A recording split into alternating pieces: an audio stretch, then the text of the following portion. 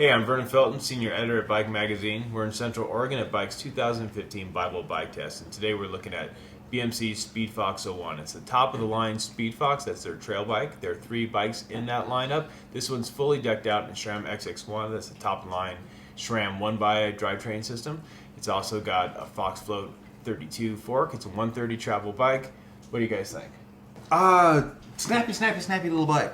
Climbs like a cross-country bike, corners like a cross-country bike, rides like a cross-country bike. 130 millimeters travel. You're not feeling it?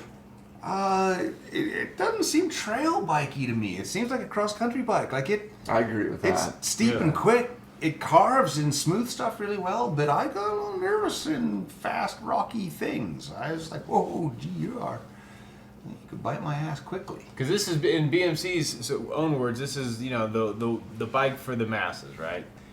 Acknowledging that most people are not either hardcore enduro racers or huckers or cross-country racers. This is that bike that's supposed to be the one bike. Right. The one bike that most people can use. 29 wheels should give it a little bit more capability, 130 travel. But you guys are, if I'm getting you right, you're feeling that it's too little? I don't know about that. What was the head angle? 68 and a half. Yeah, 68 and a So half. sort of belies what Mike was just saying. It's like, it actually has all the numbers required to be a trail bike. Yeah. They're all there. Everything's present that we wheelbase. need. The top tube, the chainstays, the head angle. Yeah, no, and in fact, which are what? Okay, so the chainstay is 17.1. Short, really short for a 29er. Right, 68 and a half, like you said, which may not sound massively slack, but for a 29er, yeah, totally respectable. It's in the ballpark. Top for a two. trail bike. 24 inches. For a medium. Yes. Yeah, so when you get down to it, this is actually kind of like theoretically a kissing Wheelbase? cousin.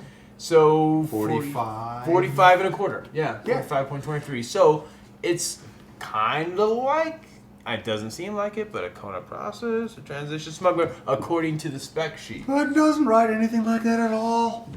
Well, that's the problem with spec sheets, right? He sounded like a priest. Yeah. Like a Doesn't Catholic write church anything like upbringing. that at all. You have to put a little incense. No, it's snappy. Like it climbs really well. It climbs like a From demon, full open man. to full close doesn't really matter a lot. You want to close it up or close down the compression damping if you're doing any standing efforts, but it scoots up hills. So it might be good for marathon races or something. It would be along those awesome lines. for that, I think. Okay. We're also getting all of Mike's input here. I mean, I would like to say something. I'm sorry, Simon. Have we Sorry, not been paying attention to your feelings? No, you haven't. No, emote. We're here for you. Well, You gotta raise your hand. do I? Maybe. Told me to At stop. first, I did say that. I was like, I know that the bottom end of this test track has got some good sized drops on it. Yeah. And I thought, oh shit, I'm probably going to go around them.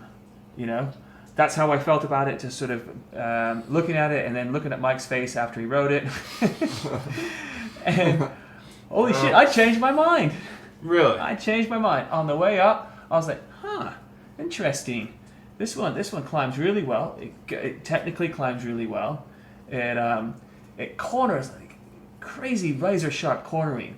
That all the angles and the length of the bike sort of like doesn't seem to make any sense how quick this bike handles. So it's And yet you feel okay. So I mean, that wouldn't make me think that you could look at those drops Simon at the will bottom shit and go, out of it. yeah, I need to go and hit those. yeah. Well, because we sort of warm up to it. You get to the top. All right. You do that little used to loop it. at the top, and then it gets a little rowdy up there. And everything I went through, I was getting more confidence in the bike. And then I was like, yeah, I'm going to send it off of these things. This can handle it, and no problem. How fast it was handling, how quick it felt. Like to me, the numbers on paper didn't transmit to how it felt on the trail. Right. That was what the strange part was. But it was confidence inspired enough for me to throw it off of those things. And I would say it's at the lower end of the trail bike category. In terms of capability. But still very, very capable. And I'm going to blast on that thing.